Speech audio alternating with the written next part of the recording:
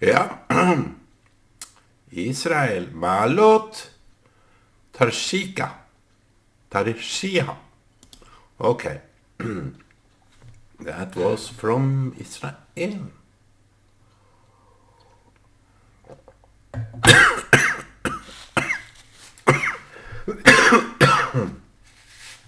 I got something in my throat that can be a burning fire. Yes, so how are we doing today? It has been Shabbat and I've taken it slowly. Seems that sometimes we need to take time in order for us to cope with our reality. It's unavoidable. The reality, we are afraid of their reality. That is the pure fact. We are afraid of the reality that we are part of. And we try to hide it in different ways. We can use our language in both ways.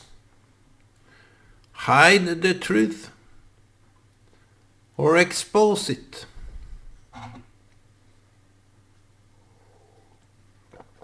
The typical thing there is that you, and something bad have happened, you don't want to tell your children. That is, that is how things are. It can be hard for the children to cope with that kind of reality. She died. He's gone. It broke. All these kind of things. It's mainly for the children. And we continue to cover up. Cover up the truth with the lies when we are grown up. We are very soft spokers. I don't know what. Let me write something that I think will be the main point here.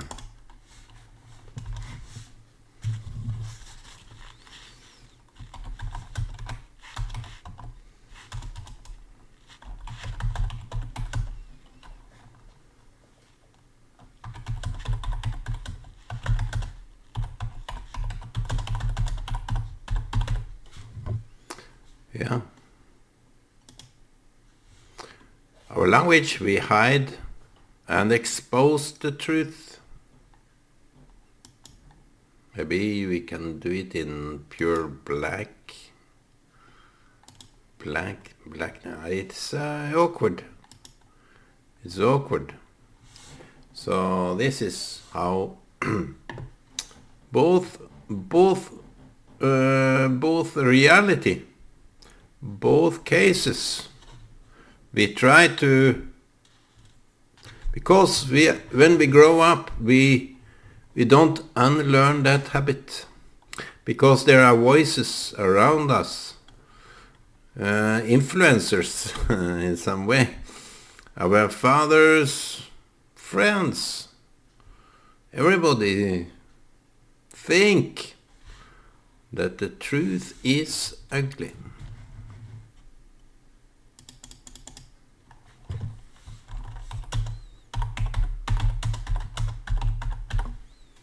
The truth is ugly. And you are a little bit under, not that bright, if you are just talking the truth. If you are just a truth sayer, They have something that oppose truth. And for that, the truth, when it's outspoken, we have sometimes we feel relieved. When we come to a shrink or tell something to a dear friend, we feel somewhat relieved because at last I could lift off my burden of truth. We have whistleblowers that unburden themselves because they are seeking that burden that was hidden. The hidden truth that was covered up, that was all a lie. They dig it up and whistle it on the roof, on the antennas. They have to seek refuge in churches, in buildings, hotels, behind police protection. All this kind of stuff that whistleblowers, the truth, the prophets. I was called a prophet once. I didn't take it to heart because it's... How can you take something like that to your heart? I'm not regarding myself as that, but I think it is a good point to what he explained why I was a prophet. You talk the truth, and people around doesn't like truth speakers. They are awkward. They are like children that we don't like. They expose it immediately. We ask the children to keep quiet about certain things that we have been talking about. And when I was out in Kenya, my parents said, this guy is going to extract what we have been talking about. So in first place, we shouldn't be talking openly when you are hearing, because it's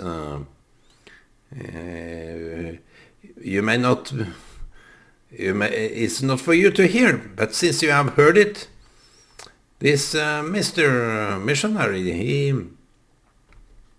he is going to ask, most probably going to ask what we were talking about. And it came to show that they were right. He asked, and good thing that I was prepared for answering. And I said, maybe it's a private conversation, so you shouldn't intervene. What is it to you? You see, you shouldn't ask children if they will expose it either way.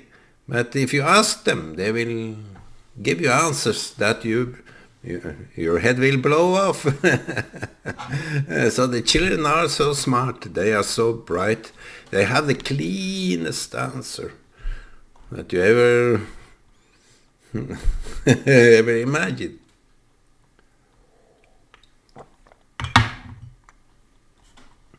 Also, when a wrong is done to the children, like incest, like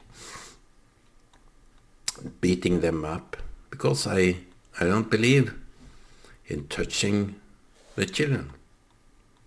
Maybe a little bit of touch show that this is not good, because not everything can be explained until they see it, until they know it. And I use the method that I think it is applicable in every case. Don't do to others that you don't want them to do to you. So that was the lesson, but they have to be reminded, and so do we. Don't do to others that you don't want them to do to you. So the truth is covered up or exposed by language. It's how can we people are skilled when they see the truth behind the lines. That's why we have this expression. You have to read behind the lines. In between the lines, not behind, in between the text. There is the truth. And there is a big fact to that.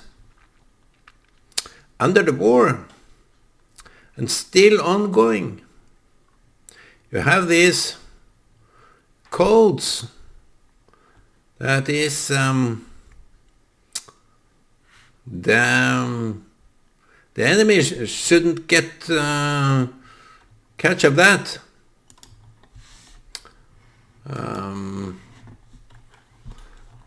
It's this enigma.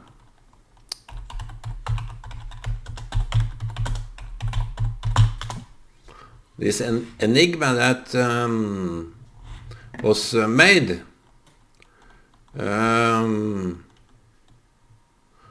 I was searching for a different word or name, but it was the Enigma code. The Enigma code. And you had this Enigma machine that was made by it was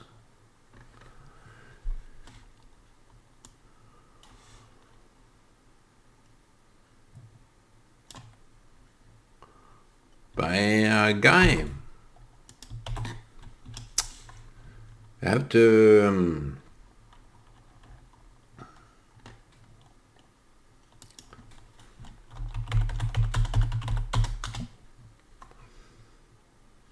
I don't find the name. Alan Turing. Alan Turing. Turing. I mean, I was looking at a series, at a designated survivor, that is the hackers were they used his name, his crypt. So these messages, this information, hacker and everything, I don't understand even what I'm talking about, but it is this Enigma machine that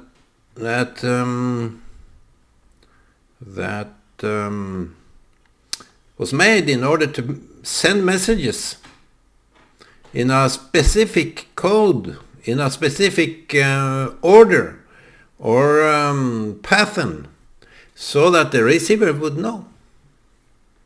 It was nothing, and there were people that broke in order to gain advance, because they were defeated. More or less, the task of the war, the big task of the war is that you can know what kind of language the enemy is using. And this Enigma machine is that kind of language. It's how they expose that the enemy is doing this and that, and we have to be prepared. That is, We can read some chapter in the Bible that was because God told the prophet. The prophet know how to read enigma. Let me write that down.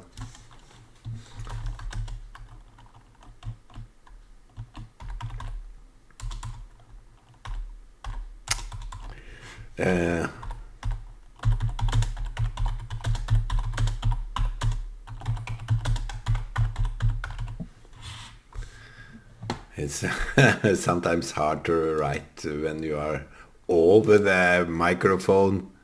The prophet knows, and the prophet was told by God, of course, that the enemy is there and there. So you have to go this way, not that way. And rightfully so.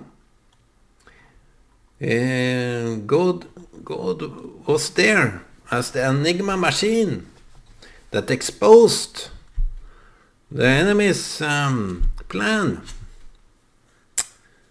That's Israel for you. And people that are in the military and in the finding out something like spies, they know that the enemy are operating at a level where we normally wouldn't see, because either the language expose or hide. Our language can hide, because if you see it generally, different languages. When we returned from Kenya, they gave me messages in Lua, my siblings, that I would be the only one that understood. But the outsiders didn't know a thing. So I was told to do this and that by them, so they wouldn't be shame themselves. And when you see that people are talking in their own native language, so we had this ability to cover up what we were talking about. If I did something wrong, they told me in Lua. Vek tugo kamano, timore nade, ling. So that was some of the words that I heard back then. So the languages was separated from each other in order to keep some secret. And you know that keeping secrets can be good. Don't expose everything. That's why the pastors, even friends, but shrinks, police, and every in official duty also has a friendly duty. You keep secrets. You keep what people say to you as a secret, because it's a code of honor. It's a degree of ethics, moral ethics to that you can keep your secret. So the languages separate each other, like the codes will separate from ordinary language. You would know what is written before you can understand the pattern, the language in itself. So when you had this enigma machine, they could decipher the codes into something explainable. The enigma machine had all these possibilities. That was excluding or including different aspects of that code. So they would know exactly what the enemy was saying. So they could be there in advance to... It's like these hieroglyphs.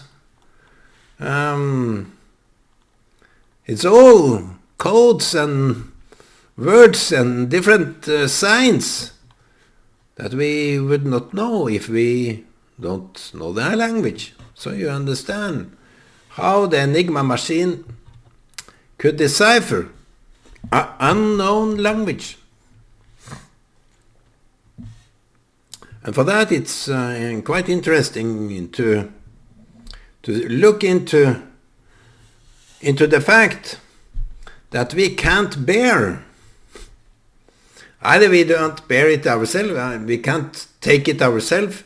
That's why we are talking in Liberish, and others can't take it because it's not for them.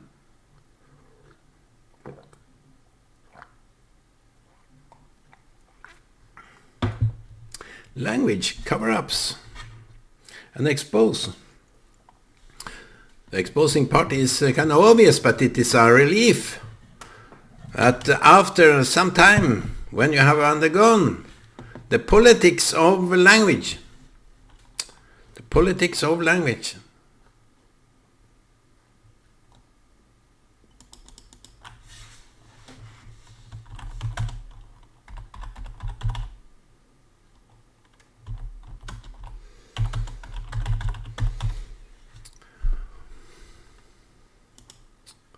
the politics of language is relieving when it's told, when the true meaning is told. And Paul said we understand in bits and pieces. Even though we try to capture the whole picture, we have this brokenness in ourselves that is deep to understand. We have this brokenness that our mind can't really take the truth as it really is. We should go slowly with the truth. We should be cautious with the truth. So I was called an enigma by our friend. You, Ole, you are close to an enigma. I don't know that. It's just how he saw me. But you see, you can explain so much. You can go so far, and yet you don't understand. I grew up in a Christian home, believing in God. Jesus was the Messiah, Son of God, as they said. The Son part I have no clue, but that he was the Messiah. He is my Messiah. He is my Messiah. He revealed the truth. He was the truth. He is the truth. And he said, come to me. Come to me. And he was along the way talking like no one talked. And I was brought up in this world of Pentecostal, the world of words, and the world of understanding concepts, and to the degree. And we had this pastor that was conveying the symbolic, the deeper truth to things in the Bible. The Bible is a plainly written book.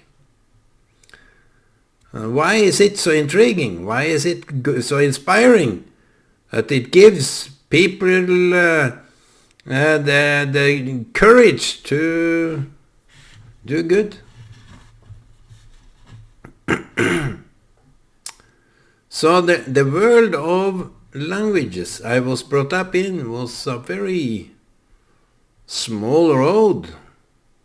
And because I saw myself as something I couldn't take, so I think that I needed a spiritual revelation, spiritual value to my life. I couldn't hold it. So when I meet drug addicts and so on, I am so humbled, because it's something I see there in them and also in me as a twin. I couldn't take that. I couldn't take that as a twin. So I have this uttermost respect for those that are striving with drugs. I think if I went that way, I would not be here now. And I wouldn't survive, even with my soul in that. But the thing is that I was introduced to Kabbalah. And that is intriguing, language-wise, because they explain in depth how the word in the Bible are so spiritual, so inspired by God Almighty. So when you read the Bible, you will not end it in a way, because it's so deep, it's so complete, and it takes more than a lifetime to see into the reality, because with his words he created the world of reality, the world we live in. So Kabbalah is a way to transform the enigma of the Bible into understandable concepts. It's great to have that kind of.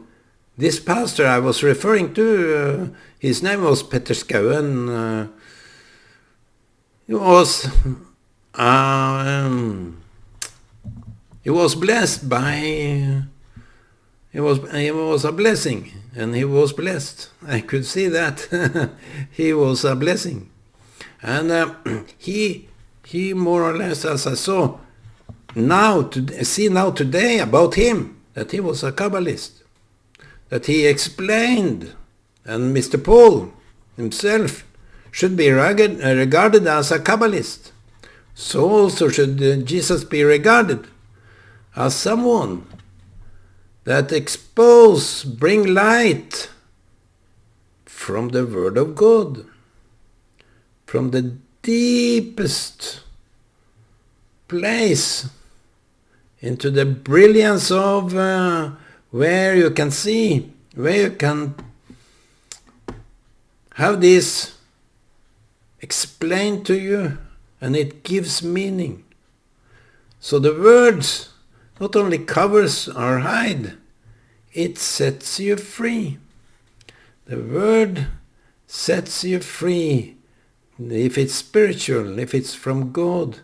And to give a blessing is a way of giving people free.